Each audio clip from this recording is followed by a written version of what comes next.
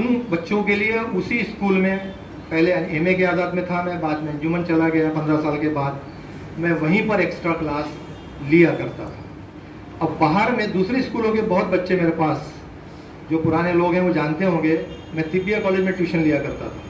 तकरीबन 100 150 200 बच्चे वहाँ पढ़ने आया करते थे, तो मैं बहुत बिजी रहा करता था। तो मैंने उनको टाइम दिया कि मैं 10 साढ़े 10 बजे तक आऊँगा और 1 घंटा बच्चों को गाइड करूँगा। दूसरी बात यह कि मैं पैसे नहीं लूँगा, क्योंकि इतने बड़े शख्स ने मुझे भेजा है, मैं पैसे के लिए नहीं आ रहा हूँ। बहरहाल मैं जब जाता था, मैं ख़ास तौर से ख़वातीन को इस तक की तवज्जो उस तरह दिलाना चाहता हूँ। मैंने ये देखा कि जब मैं पढ़ा रहा था तो तकरीबन 10:30 से 11:30 12 का वक्त हो जाया करता था। उस बच्चे की माँ सामने सोफे पर साइड में बैठी रहती थी। मुझे थोड़ा ऑड लगता था कि भाई ये क्या, is she watching me whether I am teaching her boy sincerely और जस्ट, या मुझे चेक करना चाहती है कि वेदर आई नो और not, my English is good और नॉट, क्या देखना चाहती है, क्यों बैठी है ये लेडी। तो मैंने उससे कहा, मैंने कहा मैडम अगर आप आराम कीजिए, आप क्यों यहाँ पे बैठे रहती हैं, मैं बच्चों को गाइड कर दूंगा, आप क्यों बैठे रहते? नहीं सर, बोले आप पढ़ाइए, ऐसे ही बैठे। मुझे बड़ा ऑड फील होता था, लेकिन वो लेडी जब मैं 5-6 दिन तक पढ़ाता रहा, वो वहीं पर टेबल लगा के बैठी रही। जब कोई पानी की ज़रूरत या बच्चा कुछ डिमांड करे तो मेरे लिए भी चाय लेकर आती थी, वगैरह वगैरह। जब मैं छठे दिन जाने लगा, मैंने कहा मैडम ये अब आपका बच्चा जो है, ये मैं समझता हूँ कि he is well prepared and he will score good marks, और मैं अब कल से नहीं आऊँगा। उन्होंने कहा सर कुछ मिठाई तो लेके जाइए, आपने इतनी मेहनत की। नहीं, आपका कुछ फीस, मैंने कहा मैंने पहले ही कह दिया था मैं फ़ीस नहीं लूँगा। आप अच्छा नहीं, यानी आप ऐसा मत बोलिए, मुझे अच्छा नहीं लग रहा। तो कहा ठीक है सर, अगर आप मिठाई तो ले सकते हैं हमारी तरफ से। उसने 1 किलो मिठाई का डब्बा ला के मेरे हाथ में दिया। मैंने कहा चलो मिठाई ले लिया मैंने। फिर जब हम बाहर निकले दरवाजे के, तो उसने मुझसे अचानक एक बात कहा, सर एक बात बोलूँ मैं आपसे।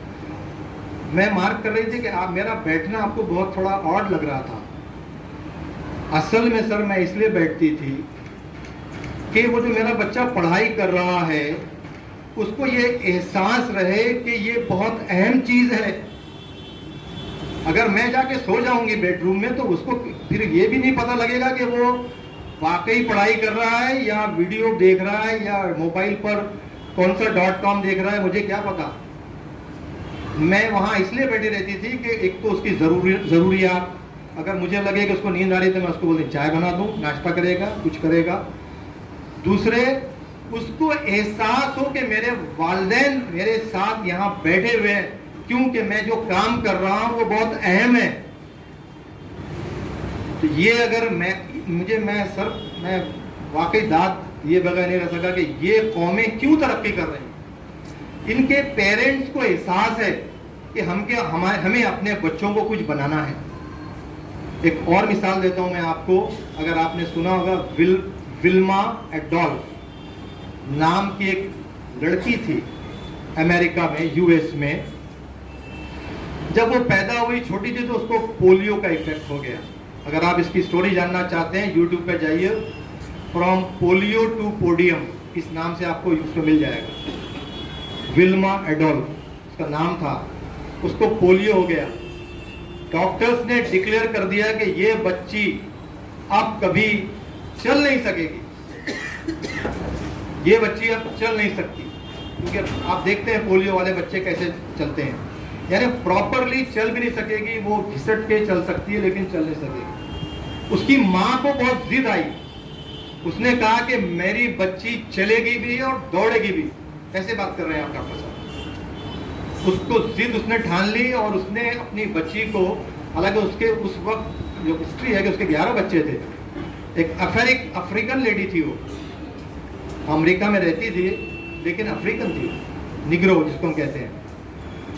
वो अपने बच्चे को लेकर जहां उसको पता लगे कि फलां डॉक्टर अच्छा इलाज करता है इसका, वो उसके पास जाती थी। उसकी रोज मालिश, सुबह दोपहर शाम उसके पैरों की मालिश, उसको एक्सरसाइज करवाया करती थी।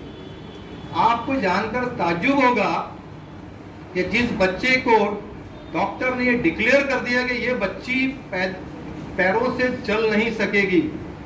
आप जाके देखें, उस बच्ची ने तारीख पैदा की, बनाई है, सिर्फ अपनी माँ की जिद की बदौलत। उस बच्ची ने 1960 के ओलंपिक में दौड़ में 3 मेडल जीते हैं, और वो भी सिल्वर और ब्रोंज नहीं, gold medal, 3 gold medals she won. 3 gold medal जीते हैं। She was declared as the fastest woman in the world. उस वक्त उसको ये खिताब दिया गया, दुनिया में सबसे तेज दौड़ने वाली लड़की।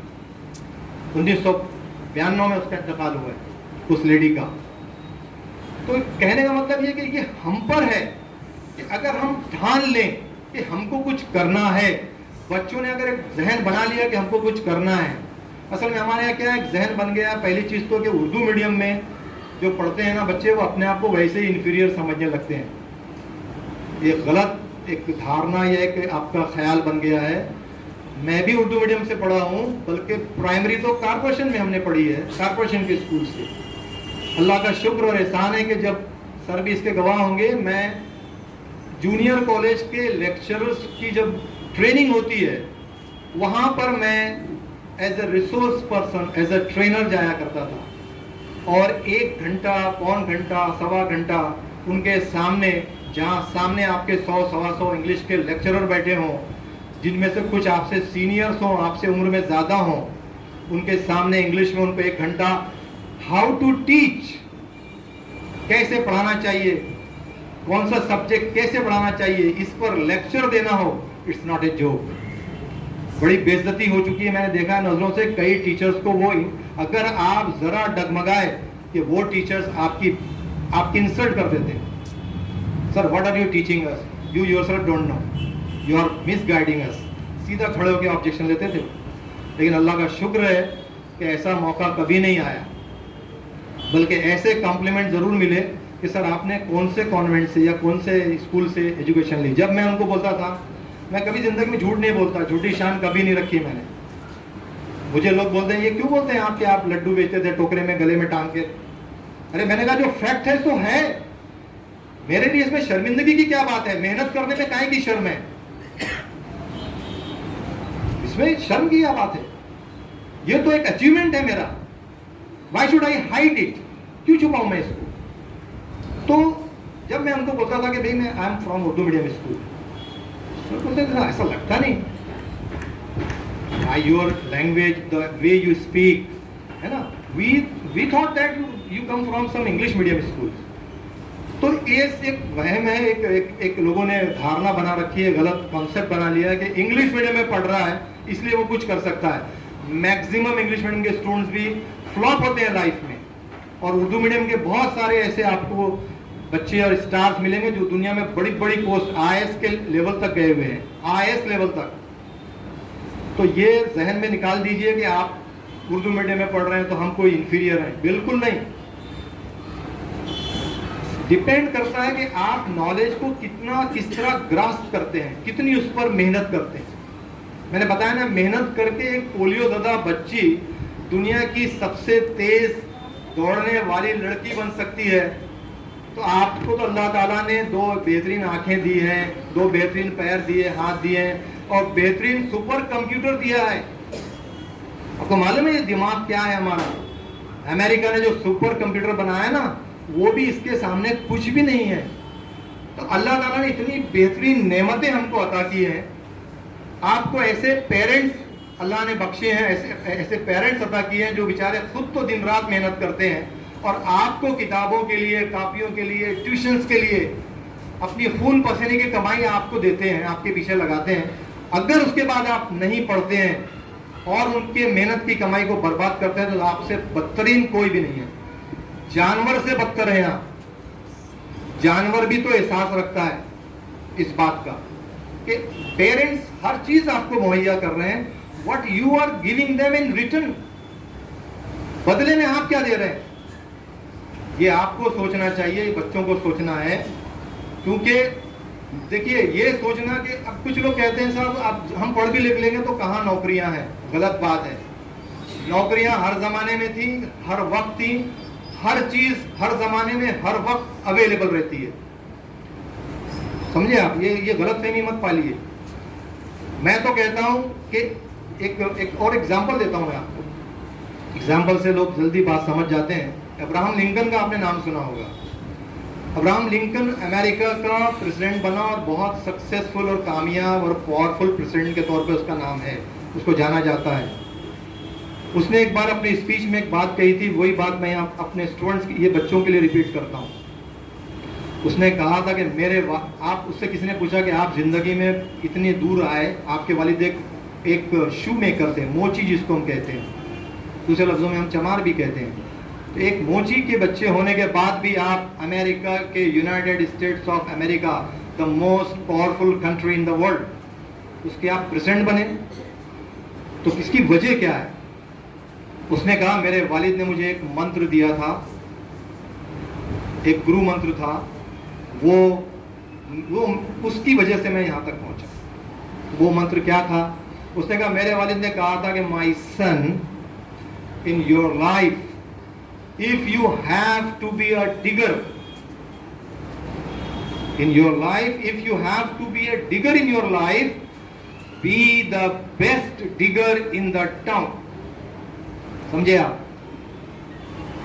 उसने कहा मेरे वालिद ने कहा था कि बेटा, अगर तुम्हें जिंदगी में गड्ढा खोदने वाला बनना पड़े, मैं दूसरे लफ्जों में, आसान लफ्जों में कहूं कि मैं अगर अपने बच्चे को वही नसीहत करना चाहूं तो मैं कहूंगा बेटा, अगर तुम्हें जिंदगी में पंक्चर बनाने वाला बनना पड़े तो इस शहर का सबसे अच्छा पंक्चर बनाने वाला बनना, तुम जिंदगी में कामयाब रहोगे।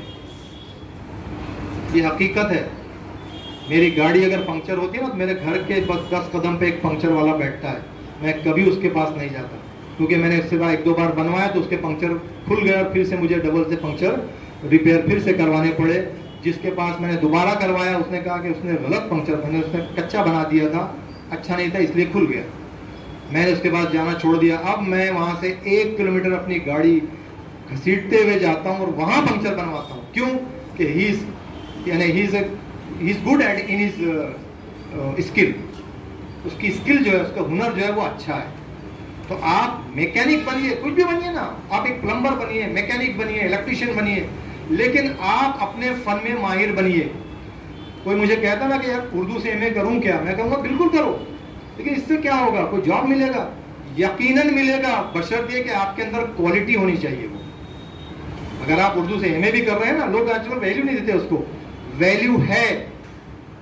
मैं बताऊं, एक मिसाल देता हूं आपको, मेरे सामने की ताज़ा मिसाल। अंजुमन में एक बार जूनियर कॉलेज में उर्दू लेक्चरर की जगह निकली।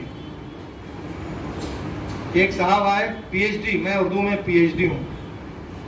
उन्होंने कहा मैं उर्दू में पीएचडी हूँ, डॉक्टरेट है मेरी, डॉक्टर फला फला, मैं नाम नहीं लूंगा, आप में से हो सकता है कोई लोग जानते हैं उनको। इंटरव्यू ले रहे थे जो हमारे फाइज साहब सेक्रेटरी थे, उन्होंने उससे सवाल किया कि अच्छा आप पीएचडी हैं तो आप एक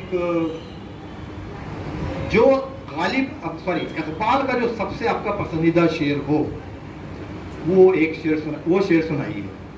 इंटरव्यू ले रहे हैं तो वो शख्स थोड़ी देर सोचने के बाद जवाब देता है, इकबाल का तो कोई शेर याद नहीं आ रहा है, कामटी के एक शायर का एक शेर याद है, वो सुनाऊं क्या? डूब मरने की बात है, शर्म से डूब मरने की बात है। एमए में एक पूरा पेपर होता है इकबालियात पर। मैंने नहीं किया उर्दू से एमए नहीं किया मैंने, लेकिन यकीन जानिए अगर अभी आप मुझे बोलेंगे कि इकबाल के कुछ शेर सुनाओ तो मैं कम से कम 25, 30, 40 शेर तो यकीनन सुना दूंगा। वैसी आपकी रीडिंग, वैसा आपकी स्टडी होनी चाहिए।